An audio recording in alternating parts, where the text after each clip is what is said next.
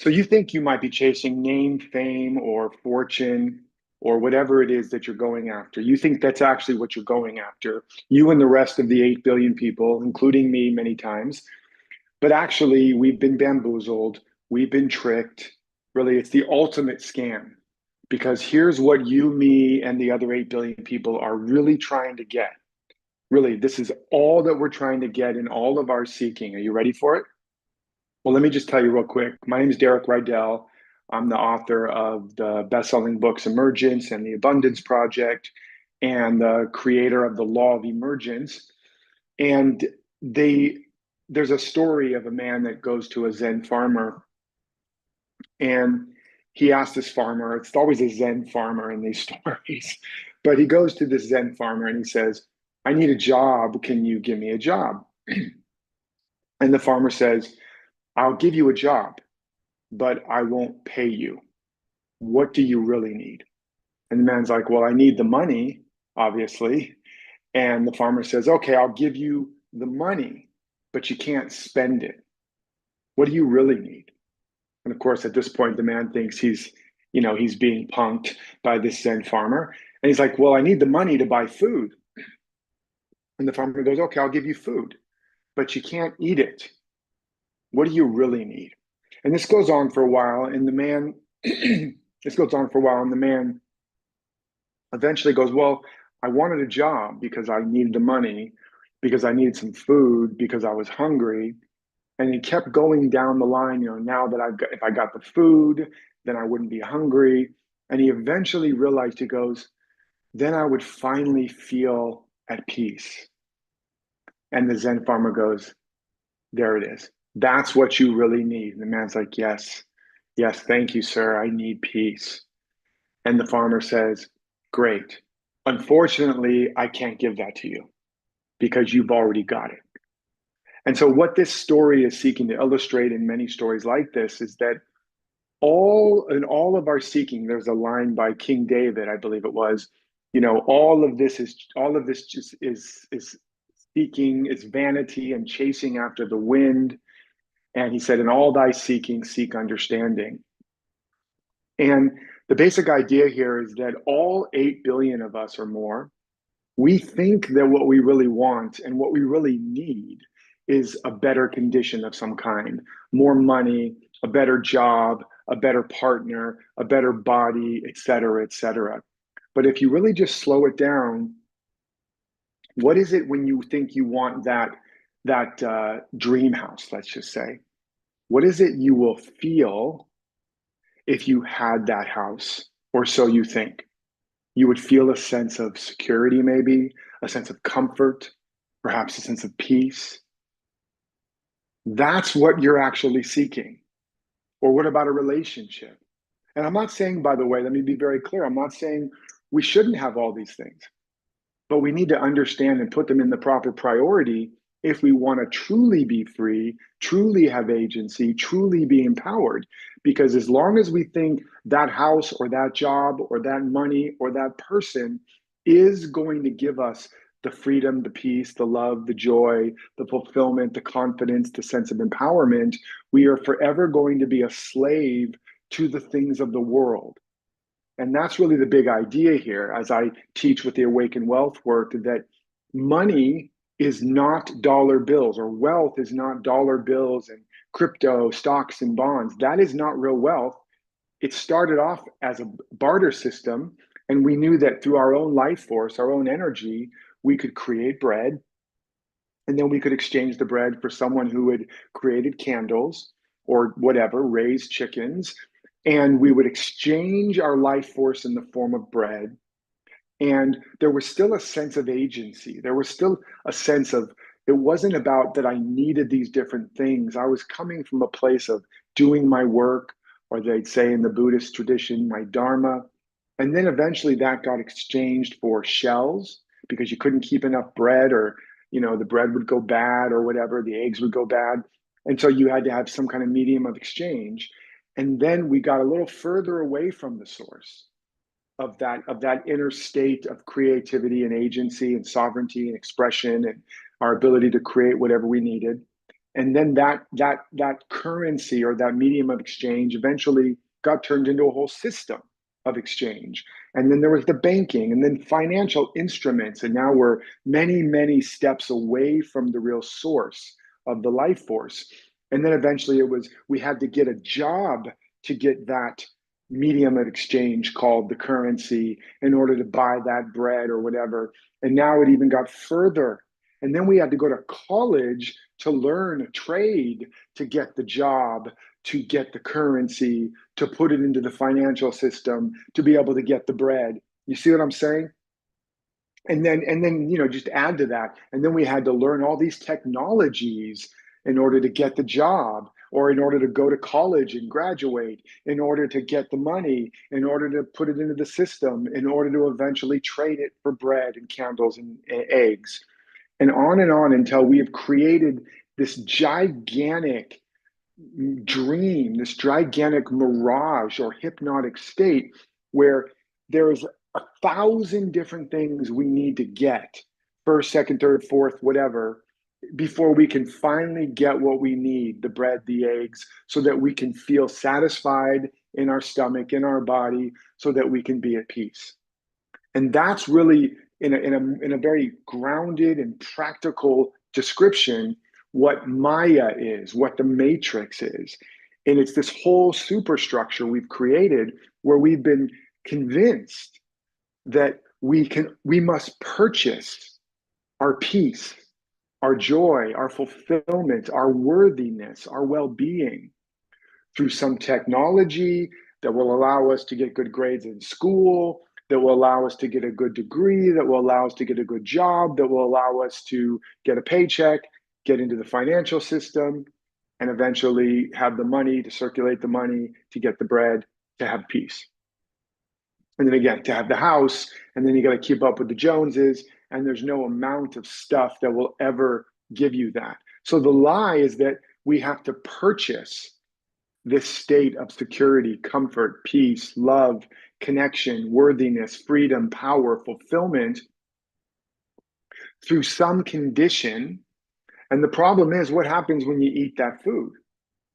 You feel peace for a few hours, right? If you're lucky, maybe for several hours, but then you're hungry again. And so if your peace is based on how much food you have in your stomach, you're going to have a problem. And so it goes. Or you get that paycheck and you buy that nice meal, or you buy that nice pair of clothing or shoes, or you go on a vacation, and for a moment you feel happy, you feel confident. And then those clothes wear out and that vacation buzz wears off, and you got to go back to the grind. And again and again and over, you have to keep purchasing peace, joy, connection. What about a relationship? How many ways do you have to purchase a sense of feeling loved or lovable or worthy of love, right? I don't think I have to tell you, if you've been in relationships, even in a good one, there's a constant sense. And sometimes it's not even implicit. Sometimes your partner is like, what have you done for me lately? When have you brought me flowers, right? And so there's literally things you have to purchase. And wherever it is, this is the giant lie, the giant matrix, the giant dream and illusion that we have been trapped in, like rats in a maze, chasing after the cheese on a treadmill or one of those little wheels. No matter how fast you run, you can never get there. And what the great message of all the master teachers is, stop worrying about that. Jesus said, take no thought for your life, what you shall eat or drink, or wherewithal you shall be clothed, but seek first the kingdom of heaven within. He did say within. If we only got that part right, we'd be in a lot different place by now. And then he said, as you make that connection, all of these things will be added unto you. In other words, when we're connected to the source, or another way to say it is the branch of the tree, it cannot produce of its own accord. We are like the prodigal son, or like the branch that's cut off from the tree and it withers and dies. We are not able to produce our own fruit. And so we're running around trying to plug into everybody else's trees. But the branch connected to the tree, it doesn't labor for its fruit or for its flowers or its blossoms. The tree and the soil and the earth beneath it, indeed, the whole world and the whole of nature is conspiring to bring forth the fruits and the flowers and everything that is needful when we are connected directly to the roots, directly to the soil, directly to our soul. And what is it that we're connected to? What is it that we're really seeking? That is the ultimate thing we're seeking, is this sense or this state of connection, or this ultimate highest feeling state or being state of wholeness, of oneness, of union, of fulfillment, right? And what these great teachers have been telling us throughout the ages in all great religions and even some great philosophies is when we're in that state of connection, when we make that state of being the ground of our being, the most important priority, the thing we go after as a priority, as a top value. Seek first the kingdom. Be still and know that I in the midst of you am mighty. Stand still and see the salvation of the Lord. Let go of desire, as Buddha would say, craving and aversion, which is just craving more and more and more good things to get that good feeling, or pushing away more and more bad things to get that good feeling. But that's all we're ever trying to do, is we're only seeking one thing: to feel better, a higher, richer, more complete state of fulfillment or wholeness or oneness. And the only thing we're trying to run away from, or the only thing we fear, is a state of separation, which feels like lack, limitation, disconnection, right? Connection, disconnection. That's all there is. Wholeness or separation. That's all there is. Some would say love or fear. That's all there is. And that's all we're seeking. Not only that, but that is the real substance of everything we're experiencing. It is done unto you as you believe, one master said. And we know this. It's been said in so many ways. We are as happy as a man thinks. As a man thinketh, so he is. This has been said in so many ways. But it's not just our thought, it's that the state of our thought activates the state of our feeling. And as long as we believe I'm lacking something, and if I'm, in order to be happy, worthy, free, fulfilled, I need to get something more or get rid of something more, I am on the wheel of suffering. I am living out the false self that Buddha was teaching how to become free of, how to find equanimity where you have no more desire, no more craving or aversion, no more seeking or striving to get or get rid of. And in that resting, in that dissolution of all the karma and the samskaras of all these attachments, in that absence of desire, you have a realization of freedom, of liberation. This is what Jesus was teaching. This is what Buddha was teaching. This is what all the great teachers were teaching. And at the bottom line is, and the great hypnotism or illusion or scam of all scams is that we're empty or we're broken or we're not enough. And if we just got more, we're an empty shell and we just got to fill ourselves up. And once our shell's filled up enough, then we can blossom into a great tree, right? That's exactly the opposite of how it works in nature. Every seed is self-complete. It has the perfect pattern, the potential, the power, and the mechanics of its own fulfillment when it is surrendered to the soil. And there's a pattern and a seed of pattern and purpose and power and perfection within you already. And when you surrender to the soil of your soul and you connect with that sense of wholeness and perfection that you already are, not as a personality, don't get me wrong. As a human being, you're not perfect. As a human being, we're cray-cray. As a human being, we are broken and lacking and sick and crazy, because human beings are just a collection of universal beliefs. Some of them good, some of them not so good, but it's a collection of beliefs, most of which are based on this sense of separation, lack, limitation, and not enoughness. But your true being, the ground of your being in which you are meant to be rooted in, that being is whole, complete, like the tree rooted in the earth, and it blossoms and it produces flowers and fruits, harvest after harvest, without struggle or strain or striving. That is how we're meant to live.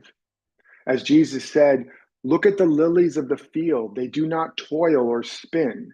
And spinning, toil means work, and spinning means, like with the loom or whatever, creating your own clothing. He said, look, they do not toil or spin, but they are arrayed or adorned more beautiful than Solomon. In other words, they had the greatest fashion. They were the most beautiful, and they didn't have to work or struggle for it. And he was trying to tell us, get back to that nature, right? Ye of little faith, to trust, to seek first this connection, to get rooted again in the soil of our soul, in the ground of our being. And again, it doesn't mean you can't have nice things, that you can't build a great business, that you can't have a great relationship and raise a wonderful family and take great care of your body. Don't get me wrong. It means to understand that you're not on your way to a better day or even a better self. You're not on your way to heaven or to wholeness or to more wealth and riches. You're coming from it, right? The sunbeam is not on its way to the sun. The wave is not on its way to the ocean. The branch is not on its way to the tree. It's all emergent. It's coming from.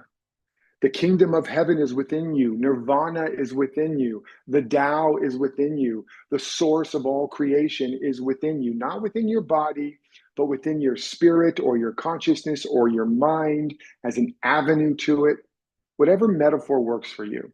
You don't have to be a believer. You can be an atheist and still understand when you have those great aha moments, those eureka moments, those inspirations where you say it came out of the blue. Well, that's what I'm talking about. It's coming from the blue within you, okay? That's all of life, all of potential is already there. The whole seed pattern of inexhaustible potential.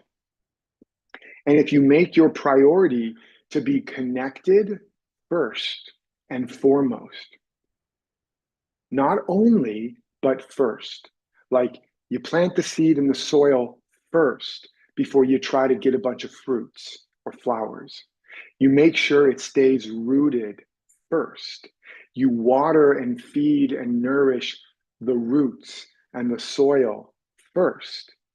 And if you keep doing that, watering, feeding, weeding, honoring the roots, the soil, the seed, it eventually breaks through. It becomes visible. It eventually emerges. And the deeper the roots, the taller the shoots, and the richer the fruits. But always, you must tend first and foremost to the roots. What do you really value? What really matters most? Matter is just what matters in form. So if what matters is that sense of connection, that sense of peace and love and joy that ultimately you must cultivate within you. And instead of thinking what I want or what I need is more money or more power or fame or fortune or people or likes on my socials or whatever external condition you've been hypnotized to believe you have to purchase, but instead you understand if I had those things, how would I be feeling? I would feel maybe more joyful, more peaceful, more worthy, more lovable and loved. Okay, well, why not just go directly for the real gold instead of going for the second order consequence that I have to then to get me back to this ultimately? And then again, remember, if you think the money is the source of your peace or power, you're always going to have to strive and struggle after the money or hold on to it and guard it and protect it and fight or die for it. But if you know that you want the money to have the peace, and you just get the peace. You don't have to do any of that stuff. right?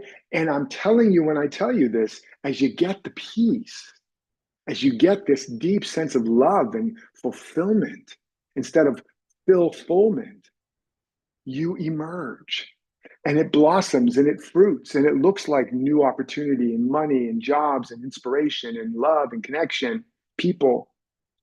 But you know it's coming from you, not from the world. As a result, you can hold it lightly. You can be generous with your fruits because as the tree gives away its fruits, it just can produce another harvest and another harvest and another harvest. And you're less constrained and protected and afraid and disconnected because you don't need anything from anybody. The world is a channel at best, but you are the source. The source of what? Not dollar bills, stocks, bonds, cryptos, or whatever, but the source of the joy and the peace, the feeling, the vibration, the frequency of real wholeness and real fulfillment, which is the only thing you and me and the rest of the 8 billion people are after anyway. And so go straight for that. You might have heard of the movie Citizen Kane. Orson Welles directed it. He might have written it too. But basically, this guy rises to power and amasses everything, right? He's got a castle. And in the end, he's dying alone in his castle, miserable. And he's scrambling for something and he can't find it. And at the very end, the last words out of his mouth are Rosebud. And it becomes a mystery as the reporters are trying to figure out, spoiler alert, what is Rosebud? And it turns out in the end, we discover Rosebud was the name of his sled that he played with as a child when he felt so alive and so innocent and so happy and so loved, and all the world was okay before he got corrupted by the false drives and the greed and the need of this world. He was free. And after gaining the whole world, in the end, all he really wanted, and he knew all that he really needed, was Rosebud again, was that sense of innocence, that sense of childlike freedom. And a child shall lead us. Be ye as a child to enter the kingdom of heaven. This is the state of grace we are being invited back to. And again, as you live in that, you will not just be sitting on a bench or meditating in lotus position all day. I'm telling you what I know. You will be inspired. You will be motivated. You will be moved. That tree of your life will grow and it will blossom and it will bear fruit richly, and you will create and produce and have a good old time. But as long as you keep going back to the roots, remembering all that I'm really after is a greater feeling of fulfillment, a greater feeling of joy, love, peace, which only I can generate. And from there, I can share and shine and serve and radiate. You will be on the straight and narrow that few go. So I hope this has helped you. I hope now you know the big secret. Don't tell anybody. I'm just kidding. Tell everybody that in all of our seeking, seek understanding. In all of our striving, strive to get the one and only thing all 8 billion people are going after, and that is the feeling. Because after all, it don't mean a thing if it ain't got that feeling. I hope you've enjoyed this. Make sure to subscribe and like and share and stay tuned for what's next, or just click on the next one. And until next time, remember to live authentically, love unconditionally, and follow your destiny.